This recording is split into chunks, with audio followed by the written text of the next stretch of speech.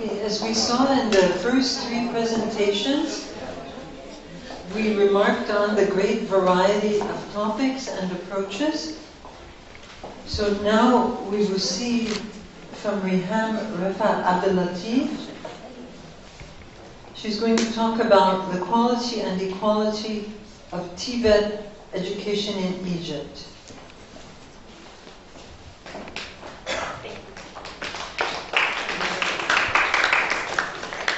Hello everyone. First of all, I want to thank all my colleagues that have already presented. It's always, my learning curve is through them in classes and our discussions, even in corridors and stuff. So thank you very much. My topic, I chose technical and vocational education and training in Egypt specifically. And I focused on quality and equality, which is basically what we always look for in education in general. So my title is Improving the Quality and Equality of Technical and Vocational Education and Training in Egypt. It's a comparative and qualitative study. I, of course, thank you, Dr. Nagwa, and Dr. Jennifer, even though she's not here. Thank you very much. Okay, first I'm going to start with a very brief definition of what TVET is. Technical and vocational education and training is concerned with the acquisition of knowledge and skills for the world of work. So basically what we're looking for, and this is according to the UNESCO 2015. So basically what we're looking for, why are we getting education, whether individuals or societies? We're actually looking for the quality, which is either theory or skills, or the practical side of education. And we're looking for an opportunity later on to have a sustainable life after that. According to different geographical areas, technical and vocational education and training has different other abbreviations. One of them is DET, which stands for Vocational Education and Training, OE, which is Occupational Education, CTE, which is Career Technical Education, and TVE, which is Technical Vocational Education. Why did I choose Technical and Vocational Education? I just want to start by the fact that I had a discussion before I actually started thinking of my topic, which I was adapting from maybe the second session when I started my MA, and it was Dr. Jihan's class, my research class. I started off my first annotation on a different topic, and then I started from the second topic, dedicating all my research and all my papers and everything towards that topic. Education, as I said before, we're focusing on quality and skills, or the theoretical or content part. And through education, we're looking forward to equal opportunities. And the marketplace is actually looking for calibers with skills that actually can sustain different kinds of jobs. It's through education in general that the economy rises or falls, whether it's strong or weak. And in my point of view, and according to different literature that I've been through, is that technical and vocational education and training is actually one of the key components of a successful economy. My research questions, first I started by asking what is the current status of TVET systems and programs in Germany, the United States of America, and Egypt. How do faculty members and students of TVET perceive the quality of its program in relation to the job market needs, employment opportunities, and other future pursuits in Egypt? And how do they assess the social perception of TVET and its effect on the faculty, students, and graduates later on?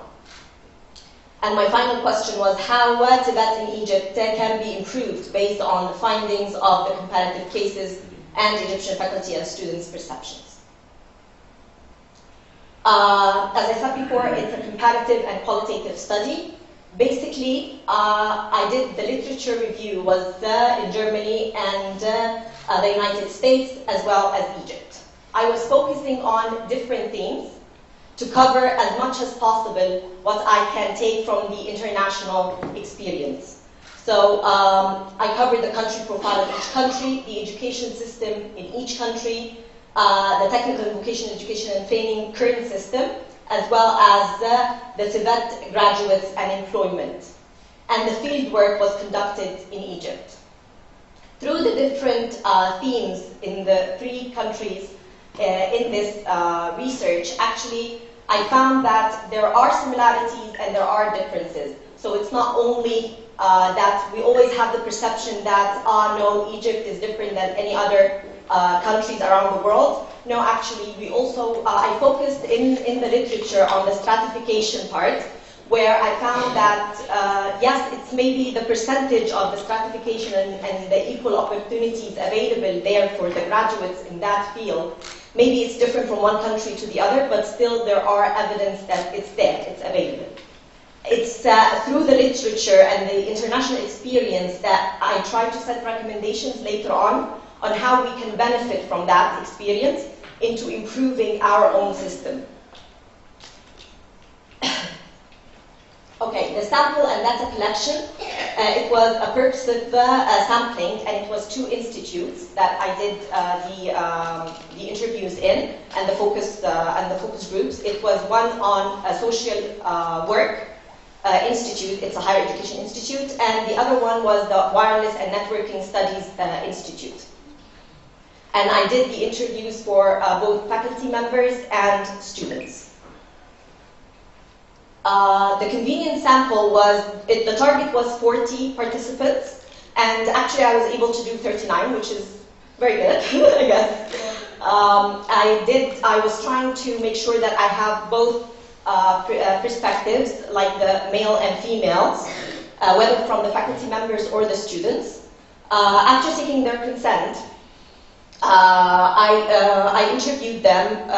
The instructors were interviewed, or the professors were interviewed individually. But as for the students, because the number was larger, so I tried to take them as focus groups.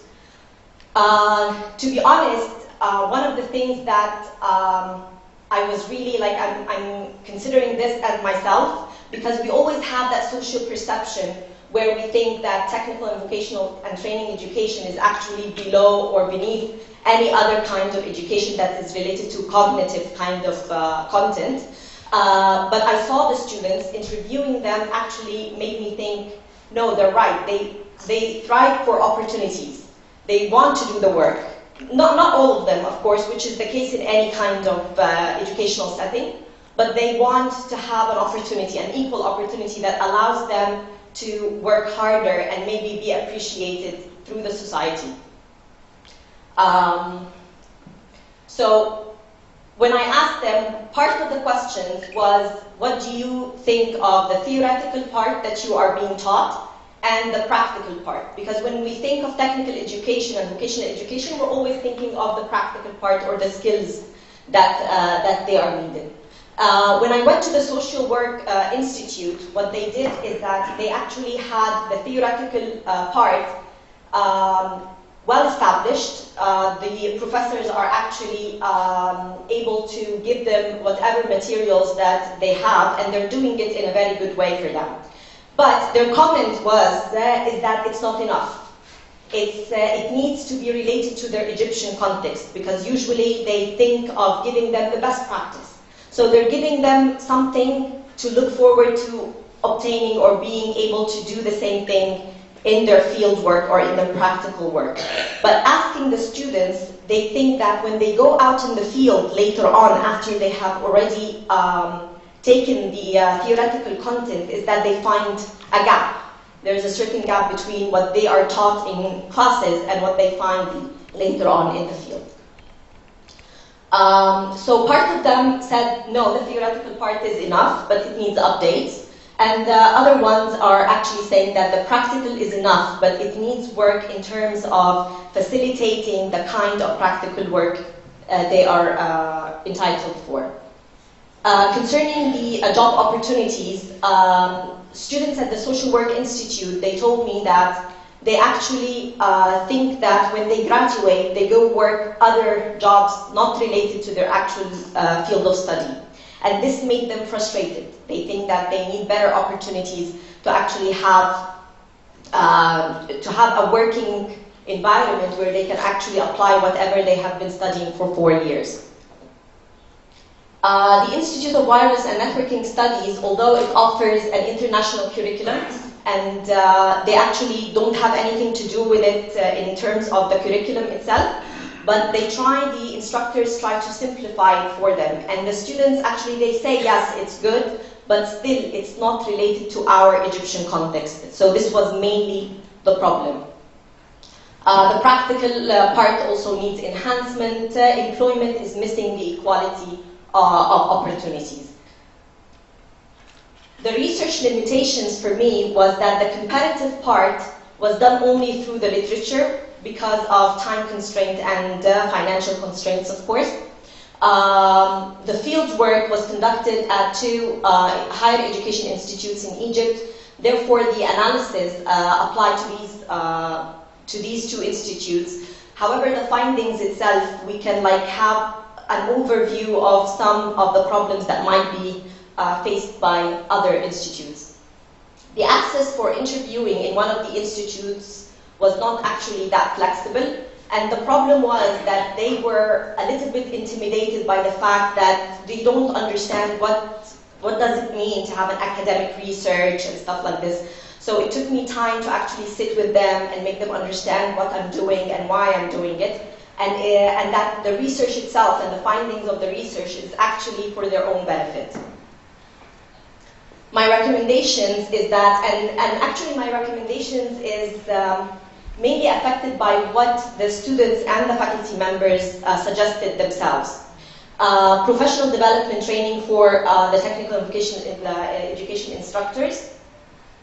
The collaboration between the academics and the in-field workers. Because one of the comments I had from the faculty members themselves is that the problem with students going down into the field is that they find this gap that I've been telling you about. So the problem is that the people in the field are not academics, so the teaching happens, and what actually happens in the field is not exactly applicable. So there is always this gap. So they think that maybe if they had more speaking, more conferences or gatherings that actually give them both points of view, then maybe this will affect the process.